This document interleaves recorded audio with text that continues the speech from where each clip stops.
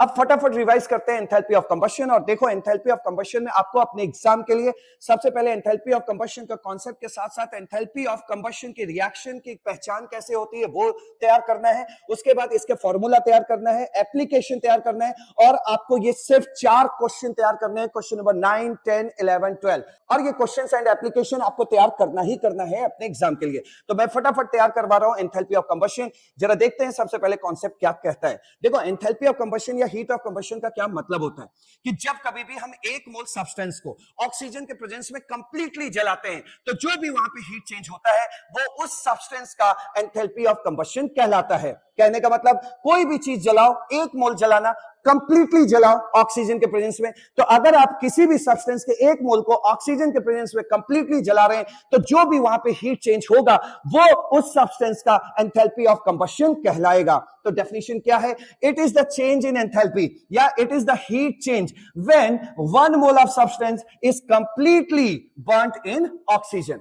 तो जो कुछ भी होगा भैया, 1 मोल को जलाना है, कंप्लीटली जलाना है, तो जो भी वहां पे हीट चेंज होगा वो उस सब्सटेंस का एंथैल्पी ऑफ कंबशन कहलाएगा। दूसरी चीज जो आपको तैयार करनी है वो ये तैयार करना है कि भाई किसी भी चीज को जलाओगे तो हमेशा हीट रिलीज होती है। सो दैट्स व्हाई ये जो एंथैल्पी ऑफ कंबशन है डेल्टा एचसी, ये ऑलवेज क्या होगा? निगेटिव होगा, क्योंकि आप किसी भी चीज को जलाओगे तो हीट क्या होती है? रिलीज होती है। क्या होती है? रिलीज होती है। और किसी भी चीज का जलना एक एक्सोथर्मिक प्रोसेस होता है, और हमें पता है, पहले भी हम पढ़ रखे हैं कि किसी भी एक्सोथर्मिक प्रोसेस के लिए जो एंथैल्पी चेंज या हीट चेंज होती है वो क्या होती है? निगेटिव होती है। सो दैट्स व्हाई ये जो डेल्टा एचसी है ये क्या होगा? निगेटिव होगा। यहां पर डेल्टा एचसी में ये सी बता रहा है कंबशन के बारे में, ठीक है? तो ये सी स्टैंड्स फॉर कंबशन।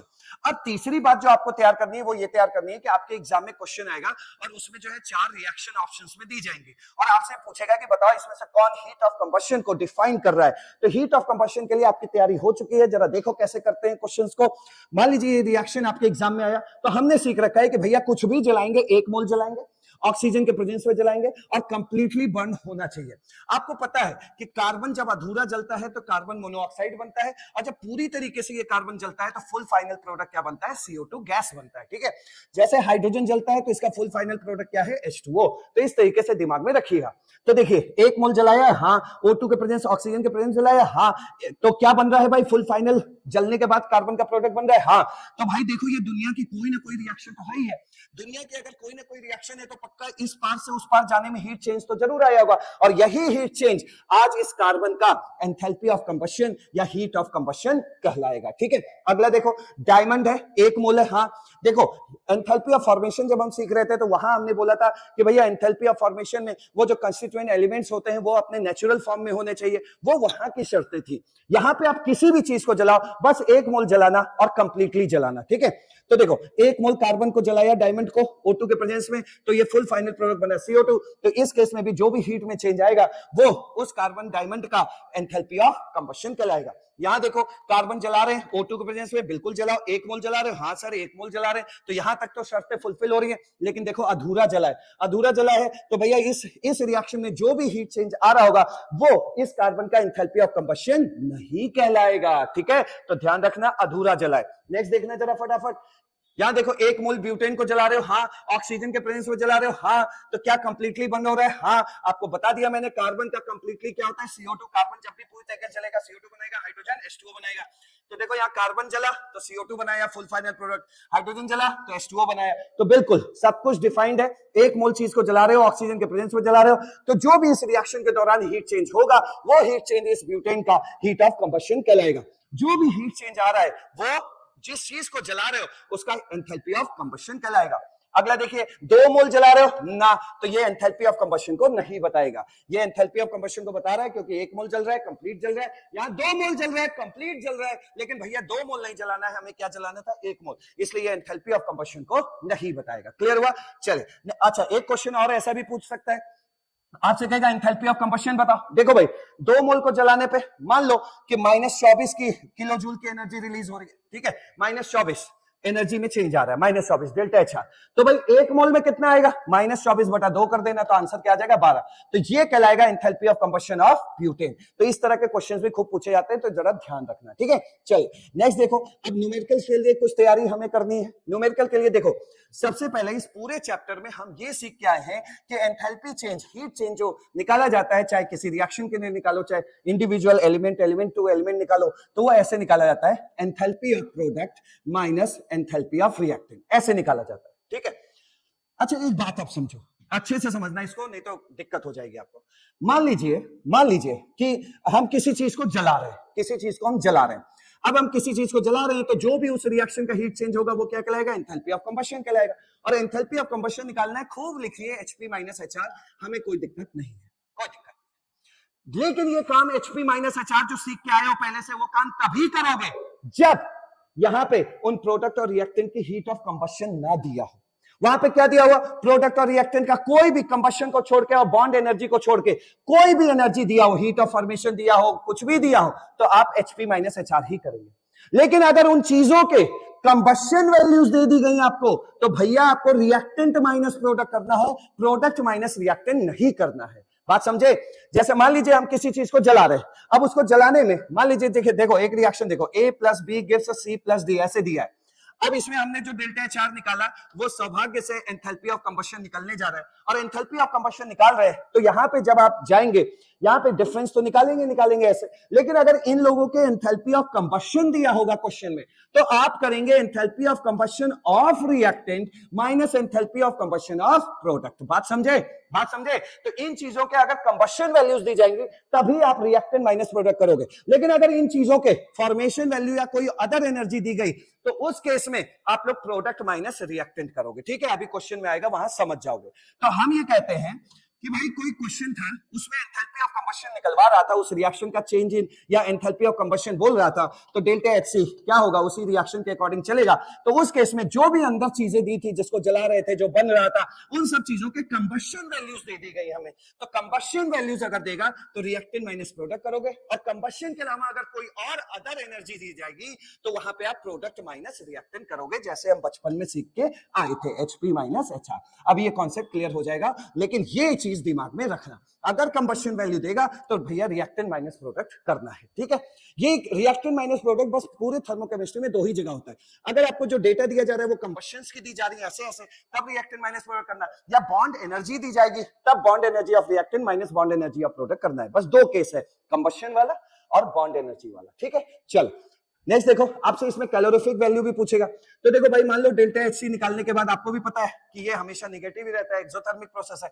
तो मान लीजिए -24 आ जाता है आंसर, तो आपको बोलता है कि उस जो भी फ्यूल जिसको आप जला रहे हो, उस फ्यूल की कैलोरीफिक वैल्यू बोलिए। तो आपको क्या करना है, डेल्टा HC का मॉड है, मतलब -24 का मॉड लगाना है। नीचे मान लीजिए कि वो मेथेन गैस है, CH4 है, तो CH4 का मोलर मास क्या होता है, 12 4 16 होता है, 16 से डिवाइड मारना है। मॉड लगा है तो माइनस हटा दोगे, ठीक है। मॉड से क्या होता है, जो भी अंदर चीज होती है पॉजिटिव हो जाती है, माइनस हट गया तो क्या बन गया, ये 24 बन गया, नीचे 16 है। जो आंसर आएगा, वो जो भी आंसर यहां आएगा, वो आंसर उस मेथेन का कैलोरीफिक वैल्यू कहलाएगा। तो कैलोरीफिक वैल्यू क्या है, डेल्टा HC का मॉड अपॉन मोलर मास। इस तरह काम करना है। नेक्स्ट देखो आगे, एप्लीकेशन तैयार करो, फिर हम लोग उसके बाद न्यूमेरिकल आपका तैयार करवाएंगे, ठीक है। तो एप्लीकेशन में है कि enthalpy of combustion proportional to 1 अपॉन स्टेबिलिटी। भाई जल क्यों रहे हो, अपनी स्टेबिलिटी को पाने के लिए। जल क्यों रहे हो, अपनी स्टेबिलिटी को पाने के लिए। लेकिन आप अगर पहले से ही स्टेबल हैं, तो भाई आप थोड़ा बहुत तो और स्टेबिलिटी पाना चाहोगे। लेकिन अगर कोई चीज अनस्टेबल है, तो जल क्यों रहा है, स्टेबल होने के लिए, तो वो बहुत एनर्जी रिलीज करेगा। लेकिन जो पहले से ही स्टेबल है, बस उसको और थोड़ा सा मोड छुपाना है, थोड़ा सा और स्टेबल होना है, तो कम एनर्जी रिलीज करेगा। सीधी बात है। देखिए यहां से, अगर कोई भी सब्सटेंस इसको जलाने जा रहे हैं, अगर उसकी स्टेबिलिटी कम है, तो भैया हीट ऑफ कंबशन की वैल्यू क्या आएगी, ज्यादा आएगी। क्यों? क्योंकि आप जल रहा है अगर वो, तो वो स्टेबल होना चाहता है। यहां पे एक लाइन के कॉन्सेप्ट से समझो, मान लीजिए यहां पर जाके वो स्टेबल हो रहा है, यहां पे जाके उसे मोक्ष मिल रहा है, मोक्ष नहीं, ऐसे नहीं लिखते, मोक्ष, ये यहां जाके वो मोक्ष पाएगा। अब यहां जाके वो स्टेबल होगा, फुल्ली तरीके से स्टेबल होगा। अब मान लीजिए कोई यहां खड़ा है, तो उसको स्टेबल होने के लिए लंबी दूरी तय करना पड़ेगा ना, और लंबी दूरी तय कर रहा है, जल जल के तय कर रहा है, तो सोचो कितनी हीट रिलीज हुई होगी पूरे रिएक्शन के दौरान, पूरे रास्ते के दौरान ज्यादा हीट रिलीज हुई कि नहीं, और इसे ही तो हीट ऑफ कंबशन बोलते हैं। लेकिन मान लीजिए कि कोई चीज पहले से ही स्टेबल है, एकदम मोक्ष के करीब है, तो भैया सिर्फ उसको इतना ही तो जलना है, इतने जलने में बेचारा कितना हीट रिलीज कर लेगा, थोड़ा बहुत, समझे। तो याद रखना कि जो चीज मतलब लेस स्टेबल है तो उसे लंबी दूरी तय करना है। तो अगर स्टेबिलिटी उस चीज की कम है तो डेल्टा एच सी क्या होगा, ज्यादा होगा। ये दिमाग रखना, क्योंकि कोई भी चीज जल रहा है तो स्टेबिलिटी पाने के लिए है। अगर वो अनस्टेबल है तो स्टेबिलिटी से बहुत दूर है, तो उसे बहुत दूर तक जल के जाना होगा, यानी कि बहुत हीट रिलीज हुई होगी, यानी अनस्टेबल चीज तो डेल्टा एच सी ज्यादा। ठीक है, तो देखो क्वेश्चन कैसे करोगे। मान लीजिए C4H10 देता है आपको, सॉरी C4H8 ब्यूटीन दे रहा है। अब ये ब्यूटीन 1 भी हो सकता है, ब्यूटीन 2 भी हो सकता है, इसके दो आइसोमर बन गए, ब्यूट 1 इन ब्यूट 2 इन, सब में उतने 4 कार्बन है और 8 हाइड्रोजन है, बन गया। अब देखिए ये दोनों लोग हैं तो C4H8 के ही बेटे, ये आइसोमर है, लेकिन इसमें स्टेबल कौन है आप ये बताइए। हमें पता है कि जब डबल बॉन्ड सेंटर पे होता है तो वो ज्यादा स्टेबल होता है as compare to double bond किनारे पे। ठीक है, अगर सेंट्रल पे डबल बॉन्ड है तो अल्फा हाइड्रोजन ज्यादा आएगा, याद है हाइपर कॉन्जुगेशन, तो नंबर ऑफ अल्फा हाइड्रोजन ज्यादा होता है तो वो एल्कीन स्टेबल होती है। तो भाई साहब ये स्टेबल है, स्टेबल अगर है तो यहाँ पे बताओ दोनों में स्टेबल कौन है, इसमें और इसमें। तो हमेशा याद रखना अगर सेंटर पे बीच में डबल बॉन्ड है तो वो ज्यादा स्टेबल होता है एज किनारा डबल बॉन्ड। ठीक है, तो स्टेबिलिटी ऑर्डर में कौन जीता, वो। अगर वो स्टेबल ज्यादा है तो इसका मतलब है उसमें हीट रिलीज ज्यादा नहीं होगी उसको जलाने पे, अभी सीखा। अगर स्टेबल ज्यादा है तो डेल्टा एच सी क्या होगा, कम होगा। स्टेबल तुम ज्यादा हो तो डेल्टा एच सी क्या होगा, कम होगा, हीट ऑफ कंबशन कम होगा। अगला देखो, यहाँ पे आपको ऐसे भी बोल सकता है कि ठीक है भैया ब्यूट 1 इन तो हीट ऑफ कंबशन मतलब एनर्जी रिलीज इसमें ज्यादा होगी क्योंकि अनस्टेबल। अब इसके भी दो बेटे हैं, कौन कौन है, एक होता है सिस और एक होता है ट्रांस। आपको भी पता है ट्रांस वाला ज्यादा स्टेबल होता है, तो जितना ज्यादा स्टेबल होगा डेल्टा एच सी उतना ही कम होगा, जितना ज्यादा स्टेबल होगा डेल्टा एच सी उतना ही कम होगा। तो ये देखो इनके दोनों बेटे, ये सिस है और ये ट्रांस है। आपको भी पता है कि ट्रांस वाला क्या होता है, ज्यादा स्टेबल होता है। अब ये ज्यादा स्टेबल होता है सिस से, ठीक है, तो अगर ज्यादा स्टेबल हो तो डेल्टा एच सी क्या होगा तुम्हारा, कम होगा, किससे, सिस से। तो इस तरीके से आपको ये क्वेश्चन तैयार करना था। ठीक है, आगे देखिए, नेक्स्ट देखिएगा, delta H C proportional to number of carbon atoms are to be oxidised. मतलब अगर जैसे आपको इस तरीके की चीजें दी तो जल कौन रहा है, पूरे के पूरे थर्मोकेमिस्ट्री में देख रहे हैं हर जगह कार्बन ही जल रहा है।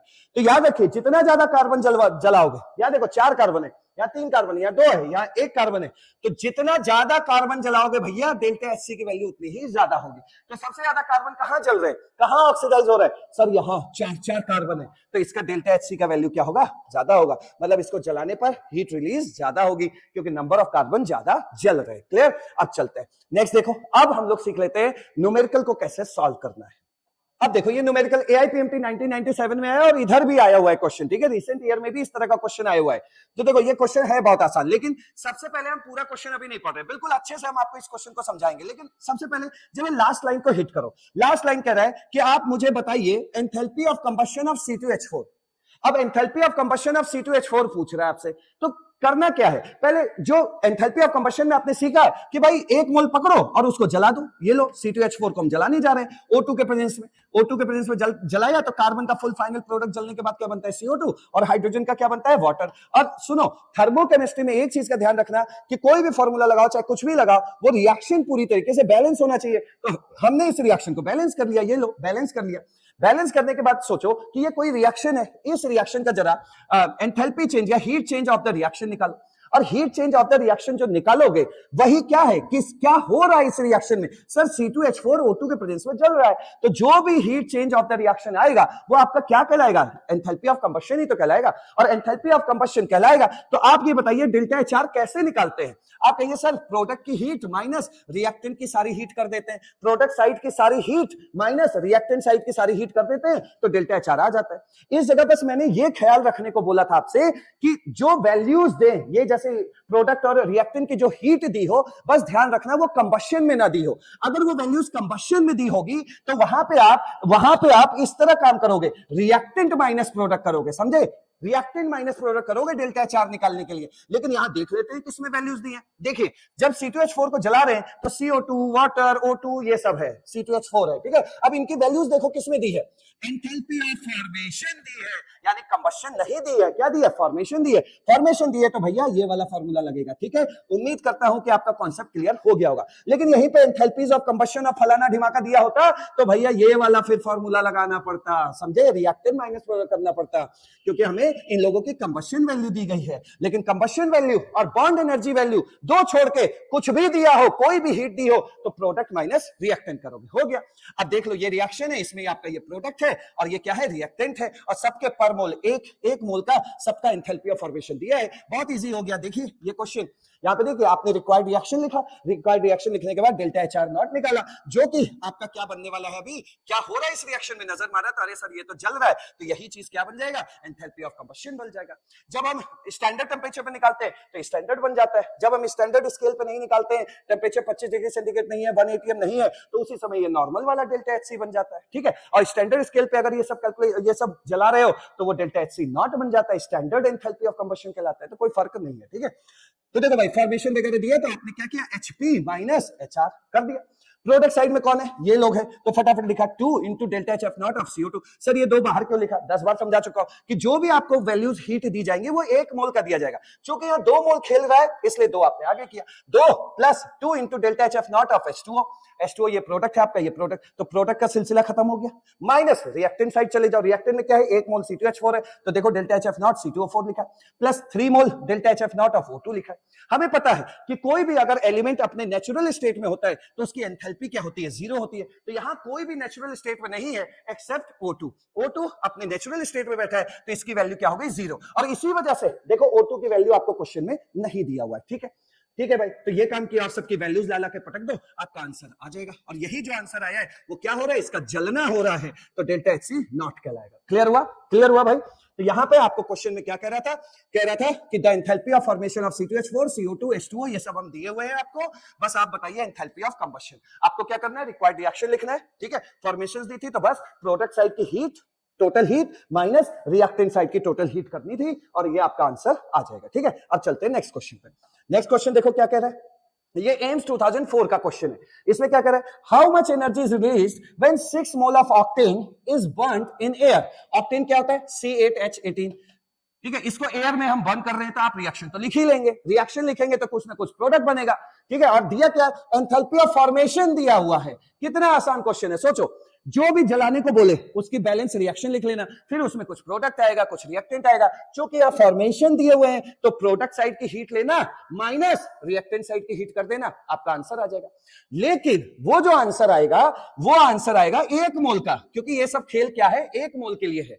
1 मोल को जला रहे और बाद में आपको लेकिन जलाना है 6 मोल। सबसे पहले आप 1 मोल की रिएक्शन बना लो, 1 मोल की रिएक्शन से हीट चेंज आ जाएगा कि इतने जलने पे इतना हीट चेंज आ रहा है, उसके बाद उसमें 6 का मल्टीप्लाई कर देना। एक पेन 10 रुपए में मिल रहा है तो 6 पेन कितने रुपए मिलेगा, 60 रुपए में, वही करना है। 1 मोल वाला पहले रिएक्शन, रिक्वायर्ड रिएक्शन बना, उसको जलाने के बाद उसको बैलेंस कर लो, बैलेंस करने के बाद प्रोडक्ट साइड की सारी हीट ले आना माइनस रिएक्टेंट साइड की हीट कर देना, डेल्टा एच आर आ जाएगा। वही डेल्टा एच आर क्या बन जाएगा, जलने जलाने का काम कर रहे हो तो एंथैल्पी ऑफ कंबशन बन जाएगा, वो 1 मोल का आएगा और बाद में उसमें 6 का मल्टीप्लाई कर देना। देखो आए कि नहीं आया, पहले हमने 1 मोल को जला लिया, 1 मोल को बैलेंस कर लिया, फिर प्रोडक्ट साइड की सारी हीट ले ली, ये देखो माइनस रिएक्टेंट साइड की हीट कर देना। और इसका ख्याल रखना है इन सब चीजों का, ठीक है, ये सब बैलेंसिंग में रहना चाहिए, क्योंकि आपको 1 मोल की चीज दी जाती है, आपको 1 मोल का वैल्यू दिया जाता है। यहाँ 9 मोल खेल रहा है तो 9 करना पड़ेगा, यहाँ 8 मोल CO2 बन रहा है तो 8 करना पड़ेगा, ठीक है। तो मोल का ख्याल रखना, तो प्रोडक्ट माइनस रिएक्टेंट कर देना, सारी वैल्यूज रखना, ये आ जाएगा आपका आंसर। अच्छा देखो, इसको फिर से 0 करना पड़ेगा क्योंकि तुम नेचुरल स्टेट में हो, बाकी ये लोग तो नेचुरल स्टेट में है नहीं, ये तो बनाए जा रहे हैं, ठीक है। तो ये आ गया, ये जो भी आ रहा है क्या हो रहा है, इसका जलना हो रहा है, तो what is this, delta H C nought, heat of combustion कहलाएगा। इस रिएक्शन में जो भी चेंज आ रहा है वो क्या है, डेल्टा एच सी नॉट है। तो आपका ये 1 मोल का निकल गया। आप बोलता 6 मोल जलाने, अरे भाई जब 1 मोल जलाने में 5 रुपया लग रहा है तो 6 मोल जलाने में 30 रुपए नहीं लगेगा क्या, तो अपना लिख लो, 6 से मल्टीप्लाई कर दो, ये आ गया आंसर, ठीक है। देखो ये जूल में नहीं है, ये किलो जूल में आया है, ठीक, अब इसको ये छोड़ दो। देखो यहाँ पे क्या है कि जब ये एंड्स में क्वेश्चन आया था तो यार मिसप्रिंट है ये, ठीक है, लेकिन इससे मिलता जुलता आंसर क्या है, देखो 374 है ना, 37.4, इसलिए वहां पे स्टूडेंट्स को इस पे वहां पे स्टूडेंट्स को इस पे टिक लगाना चाहिए। लेकिन राइट आंसर क्या है, राइट आंसर है -37440 किलो जूल, ये है इसका राइट आंसर, बट ऐसा दिया था मिलता जुलता इसलिए इस पे टिक लगाना है, ठीक है। चलो नेक्स्ट चलते हैं, नेक्स्ट क्वेश्चन देखो, कह रहा है व्हेन 5 लीटर, ये क्वेश्चन भी बड़ा इंपॉर्टेंट है, ठीक है, ये आपके आईपीएमटी 2015 का है। When 5 litre of gas mixture of methane and propane is perfectly combusted at 0 degree centigrade and 1 atmosphere, मतलब स्टैंडर्ड स्केल पे, स्टैंडर्ड कंडीशन में आप 5 लीटर मेथेन और प्रोपेन के मिक्सचर को आप जला रहे। मेथेन और प्रोपेन क्या होता है, फ्यूल होता है, ईंधन होता है, तो वो जलेगा ही जलेगा, जलेगा तो CO2 और वाटर बनाएगा, ठीक है। तो इस बार अकेला नहीं जला रहे, इन दोनों के मिक्सचर को हम जला रहे, और मिक्सचर कितना जला रहे, 5 लीटर जला रहे, 5 लीटर ये सब जला रहे हम गैस, ठीक है, स्टैंडर्ड स्केल पे। तो हमें 16 लीटर ऑक्सीजन लगा इसको जलाने में, ठीक है भाई, ठीक है, 16 लीटर लगा। तो कह रहे थे amount of heat release from this combustion, तो भैया इसको जलाने में कितना अमाउंट रिलीज हुआ। तो देखो सबसे पहले एक बात समझो कि यहाँ पे मिक्सचर दिया हुआ है, मिक्सचर में भाई 5 लीटर डायरेक्टली ही मिक्सचर का दे दिया, तो हमें ये नहीं पता है कि भाई मेथेन उसमें कितना लीटर है और प्रोपेन कितना लीटर है। जरा हमें सबसे पहले इनका लीटर पता लग जाए कि कितना कितना है, यहाँ तो कंबाइंड दे दिया 5 लीटर, हमें ये पता लग जाए अच्छा तुम 3 लीटर हो, तुम 2 लीटर हो, पता लग जाए। अब 2 लीटर 3 लीटर मान लो लीटर पता लग गए इन लोगों के अलग अलग, तो आपको भी जानते हैं कि मोल कैसे निकाला जाता है, गिवन वॉल्यूम अपॉन 22.4 लीटर, ऐसे निकाला जाता है। तो किसी तरह अगर जैसे इनके ये मान लो 3 लीटर और ये 2 लीटर पता लग जाए कि इतने इतने लीटर में है, पता नहीं 4 लीटर आए 1 लीटर आए, वो तो क्वेश्चन सॉल्व करने पाएगा। इनके अगर लीटर पता लग जाए तो उससे हम मोल निकाल लेंगे, और मोल आ गया तो पता लग जाएगा भाई, तुरंत जो है हम लोग क्या करेंगे, इनके जलने वाली रिएक्शंस बनाएंगे, उसमें दिया ही हुआ है CH4 का मोल दिया हुआ है और C3H8 का मोल दिया हुआ है, हमारा आंसर आ जाएगा कि इतने इतने मोल को जलाने पर कितना लगेगा। तो सबसे पहले हमारी जो काम है वो ये काम है कि जो ये मिक्सचर जला रहे हो उसमें ये पता कर लो कि मीथेन और प्रोपेन क्या है, फिर बाद में आके क्वेश्चन पढ़ते हैं। एक बार देखो कैसे करना है, इनको जलाने के लिए 16 लीटर ऑक्सीजन खर्चा हो रहा है, तो देखो क्या करो, मीथेन लिया भाई, मीथेन और ये प्रोपेन, ये दोनों मिला के कितना है, 5 लीटर आपके पास है, तो माना कि मीथेन X लीटर है, और अगर ये X लीटर है तो जब इसको जलाओगे तो ऐसी तो रिएक्शन मिलेगी, और जब ये X लीटर है, मान लो ये V लीटर है, तो इसको जलाने के लिए इसका 2V लेना पड़ रहा है कि नहीं, 2 मोल, देखो ये आया नहीं आया, तो कैसे करोगे, मान लिया कि CH4 X लीटर है, तो इसको जलाने के लिए हमें 2X लीटर चाहिए होगा O2, तो ये रिएक्शन तैयार हुई। अब अगर ये X लीटर है और टोटल 5 लीटर है, तो उसमें से मान लो ये X लीटर है, तो ये कितना होगा, 5 माइनस X, तो 5 माइनस X लीटर। अब इसको जलाने के लिए कितना चाहिए, जब तुम 1 मोल जलते थे तो 5 मोल O2 चाहिए था, या जब तुम 1 लीटर जलते थे तो 5 लीटर O2 चाहिए था, जब तुम इतना जलोगे, इतना लीटर जलोगे, तो हमें 5 इंटू इतना लीटर O2 चाहिए होगा। फिर से सुन लो, जब तुम 1 लीटर जलते थे तो हमें 5 लीटर O2 लेना पड़ता था रिएक्शन के मुताबिक, तो जब तुम इतना जलोगे तो 5 इंटू इतना लीटर O2 लेना पड़ेगा, ये हो गया। अच्छा, आपको ये पता लग गया कि O2 कितना लगा, और O2 कितना लगा ये आपको दिया है 16 लीटर, तो आपने तुरंत कहा अच्छा तुम दोनों का जोड़ तो 16 होना चाहिए, तो 16 आ गया। 16 के बाद आपने X फाइंड कर लिया, ये X पता कर लिया, X पता करने से आपको ये पता चल गया, और ये कितना पता चला, देखो X पता चला आपको 3 लीटर, तो जब ये 3 लीटर है तो तुम कितने हो गए भैया, तुम 2 लीटर हो गए, क्यों, क्योंकि दोनों का जोड़ कितना है, 5 लीटर है, तो ये 3 लीटर है तो ये कितना है, 2 लीटर हो जाएगा। बोलो भाई कोई दिक्कत है तो बताओ, अभी तक तो कोई दिक्कत नहीं आनी चाहिए। वो 3 लीटर है, ये कितना हो गया, 2 लीटर, लीटर इनके एकदम परफेक्ट पता लग गए। अब मोल निकाल लीजिएगा, मोल निकाला, CH4 3 लीटर, C3H8 2 लीटर, मोल कैसे आ जाएगा, given volume upon molar volume 22.4, तो इससे आपको मोल पता लग गया, इसका भी मोल पता लग गया, मोल पता लग गया, तो आपको ये पता चल गया कि तुम लोग कितने कितने मोल जल रहे थे, ठीक है, तो पता लग गया। अच्छा अब बताइए, जल तो इतना इतना ही रहा है CH4, अब 1 मोल जलाने के लिए आपको दिया हुआ है कि जब 1 मोल CH4 जलाओगे तो इतनी एनर्जी रिलीज होगी, ठीक है, 1 मोल ये जलाओगे तो इतनी एनर्जी रिलीज होगी, तो खुद देखो ना कितना कितना मोल जला रहे हो, इतना इतना मोल जला रहे हो कि नहीं, तो इतने मोल पे कितनी हीट रिलीज होगी, ये हो गया CH4 से निकलने वाली हीट, ठीक, CH4 को जब जलाओगे तो जो एनर्जी रिलीज होगी, और ये क्या है, ये है आपका C3H8 को जलाने पे क्या हीट रिलीज होगी, दोनों का मोल पता लग गया है, दोनों को अलग अलग जला लो, जितनी जितनी हीट रिलीज हुई है उसको बाद में जोड़ देना, तो हमने कोई काम नहीं किया, हमने इकट्ठे इनको जोड़ दिया तो ये आंसर आ गया, ठीक है। तो ये बहुत आसान क्वेश्चन है, इस क्वेश्चन में कोई दम नहीं है, ठीक है। तो क्वेश्चन एक बार फिर पढ़ दे रहे हैं, when 5 liters of gas mixture of methane and propane is perfectly combusted at 0 degree centigrade and 1 atmosphere, 16 liter oxygen at the same temperature and pressure is consumed।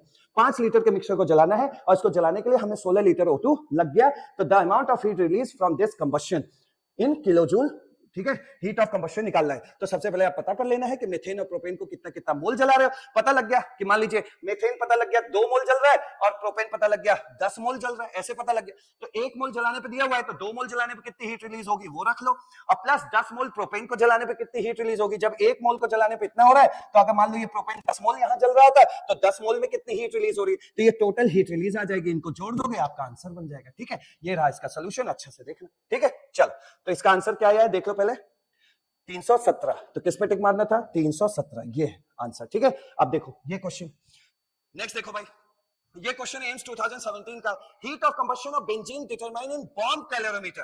भैया बॉम्ब कैलोरीमीटर एक एपरेटस होता है, एक यंत्र होता है जो पूरी तरीके से सील्ड होता है, फिक्स होता है। अच्छा वो मान लीजिए जो भी चैम्बर है, बॉम्ब कैलोरीमीटर एक चैम्बर होता है जिसमें चीजों को जलाया जाता है, ठीक है, हाई हीट पे। तो वो एक चैम्बर है, तो अगर वो चैम्बर है तो उसका वॉल्यूम क्या होगा, फिक्स होगा कि नहीं होगा, पहले से दिमाग में रखना। वो एक सील्ड चैम्बर है, ठीक है, तो उसका वॉल्यूम क्या होगा, फिक्स होने वाला है। चलो तो कह रहा है heat of combustion of benzene, benzene को जब हम बॉम्ब कैलोरीमीटर में जला रहे थे तो भैया हीट इतनी एनर्जी रिलीज हो रही थी, कितनी, 870 माइनस का मतलब होता है इतनी एनर्जी रिलीज हो रही थी। ठीक है, इतनी एनर्जी रिलीज हो रही है। तो कह रहा है the value of delta E for the reaction. एक बात मेरे भाई बता दो, वो पूरी तरीके से क्या है, वो चैम्बर क्या है, जो बॉम्ब कैलोरीमीटर का चैम्बर होता है वो फिक्स होता है, सील्ड होता है। अगर सील्ड है तो इसका मतलब जो भी आप वहां खेल कर रहे हैं वो कांस्टेंट वॉल्यूम पे खेल कर रहे हैं कि नहीं, कांस्टेंट वॉल्यूम पे। किस पे खेल रहे हैं, कांस्टेंट वॉल्यूम पे। और कांस्टेंट वॉल्यूम पे जो भी हीट चेंज होता है, कांस्टेंट वॉल्यूम पे जो भी हीट चेंज होता है वो उसका इंटरनल एनर्जी चेंज कहलाता है। और कितना है, कांस्टेंट वॉल्यूम पे क्या हीट चेंज आ रहा है, वो दिया है ये -870। किस फॉर्म में दिया है, कंबशन के फॉर्म में दिया है। तो कितना दिया है, कितना दिया हीट ऑफ कंबशन, -870 दिया हुआ है। तो यही ना बन जाएगा डेल्टा ई मेरे भाई। कांस्टेंट वॉल्यूम पर जो भी हीट चेंज वहां होती है वो उसकी इंटरनल एनर्जी कहलाती है। कांस्टेंट प्रेशर पे वहां जो भी हीट चेंज होती है क्यूपी, वो उसका एंथैल्पी चेंज कहलाता है। कांस्टेंट वॉल्यूम पर जो भी हीट चेंज होता है क्यूवी वो क्या कहलाता है, इंटरनल एनर्जी चेंज। अबे जलाने पे हीट चेंज आप खुद ही बता रहे इतना हो रहा है, तो कांस्टेंट वॉल्यूम में तो जला रहे होगे भाई। और कांस्टेंट वॉल्यूम पे जो चीज हम जलाते हैं तो जो भी हीट ऑफ रिएक्शन है वो उसकी क्या कहलाएगी, इंटरनल एनर्जी चेंज। तो इसका भी आंसर क्या होगा, -870। कितना होगा, -870। देखो देखो हो गया। बॉम्ब कैलोरीमीटर है तो क्लोज सील्ड कंबशन चैम्बर होगा, एकदम चैम्बर क्लोज्ड है, और क्लोज्ड है तो इसका मतलब वॉल्यूम वहां क्या है, कांस्टेंट है, वॉल्यूम कांस्टेंट है। In bomb calorimeter the heat of combustion determined at constant volume, so we know heat change at constant volume is known as internal energy change. तो वहां जो भी हीट चेंज हो रहा है जलाने पे आपको बता दिया इतना हीट चेंज हो रहा है, तो वही हीट चेंज इंटरनल एनर्जी कहलाएगा, और आंसर क्या आ जाएगा, -870। क्लियर हुआ। तो इस तरह स्टूडेंट्स आपको इतने ही क्वेश्चन तैयार करने थे। और देख लेते हैं क्वेश्चन है क्या, नहीं नहीं। अब एंथैल्पी ऑफ ट्रांजिशन है, तो एंथैल्पी ऑफ कंबशन में आपको मैंने जितना करा दिया सिर्फ उतना ही पढ़ना है। अब फटाफट देख लेते हैं एंथैल्पी ऑफ ट्रांजिशन। देखिए एंथैल्पी ऑफ ट्रांजिशन का मतलब होता है कि जब कोई भी चीज अपने एक एलोट्रोप फॉर्म से दूसरे एलोट्रोप फॉर्म में कन्वर्ट हो जाए, या कोई भी चीज अपने एक स्टेट से किसी दूसरे स्टेट में चेंज हो जाए, तो वहां पर जो भी हीट चेंज आता है उसे हम एंथैल्पी ऑफ ट्रांजिशन कहते हैं। फिर से एक बार बोलो, जब कोई भी एक चीज अपने एक एलोट्रोपिक फॉर्म से दूसरे एलोट्रोपिक फॉर्म में कन्वर्ट होता है तो उस रिएक्शन के दौरान जो भी हीट चेंज आता है उसे हम एंथैल्पी ऑफ ट्रांजिशन कहते हैं। या कोई भी एक चीज अपने एक स्टेट से किसी दूसरे अदर स्टेट में चेंज हो जाए तो वहां पर उस रिएक्शन के दौरान जो भी हीट चेंज आएगा उसे हम एंथैल्पी ऑफ ट्रांजिशन कहते हैं। जैसे देखिए कार्बन के 2 इलेक्ट्रॉन्स फॉर्म होते हैं, ग्रेफाइट से डायमंड, ठीक है। आपको भी पता है कि डायमंड बहुत स्टेबल होता है, तो जब आप ग्रेफाइट से डायमंड की तरफ जाएंगे, मतलब लेस स्टेबल से हाई स्टेबल की तरफ जाएंगे, तो पक्का हीट का चेंज होगा।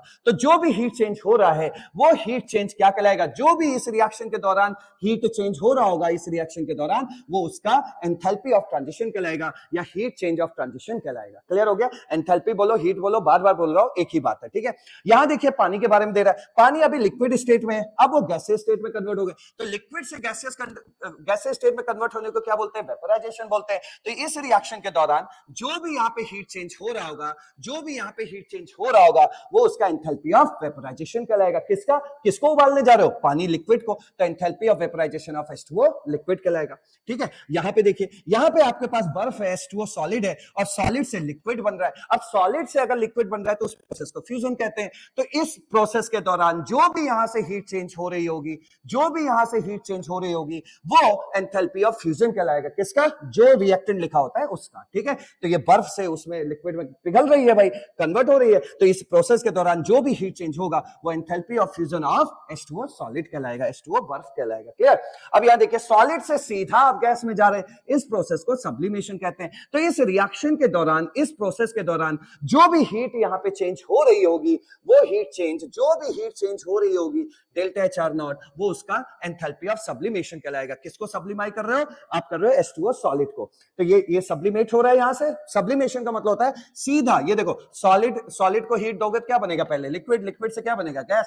तो भाई अगर आप सीधा यहां चले जा रहे हैं तो इसको हम लोग बोलते हैं सब्लिमेशन। ठीक है, लिक्विड से गैस जा रहे हैं तो इसको हम लोग बोलते हैं वेपराइजेशन, और अगर आप सॉलिड से पिघल के लिक्विड में जा रहे हैं तो इसको हम लोग बोलते हैं फ्यूजन। ठीक है, तो सीधा यहां चले गए तो इस प्रोसेस के दौरान जो भी वहां पे हीट में चेंज आया है वो क्या होगा? Delta H sublimation. ठीक है, अच्छा देखिए लिक्विड से गैस बन रहा है तो पक्का आप वहां हीट दे रहे होगे ना, तो ये कैसा आने वाला है? पॉजिटिव आने वाला है। देखो सॉलिड से लिक्विड बन रहा है, सॉलिड से लिक्विड यानी पिघल रहा है, यानी फिर से उसको हीट वहां मिल रही होगी, तो ये भी पॉजिटिव होने वाला है। यहां देखो सब्लिमेशन हो रहा है, सॉलिड से गैस, पक्का इसको गर्म कर रहे होगे तभी वो गैस तक जा रहा होगा, तो यहां भी आप हीट दे रहे हो, तो इसका आंसर भी क्या होगा? पॉजिटिव होगा। क्लियर हुआ?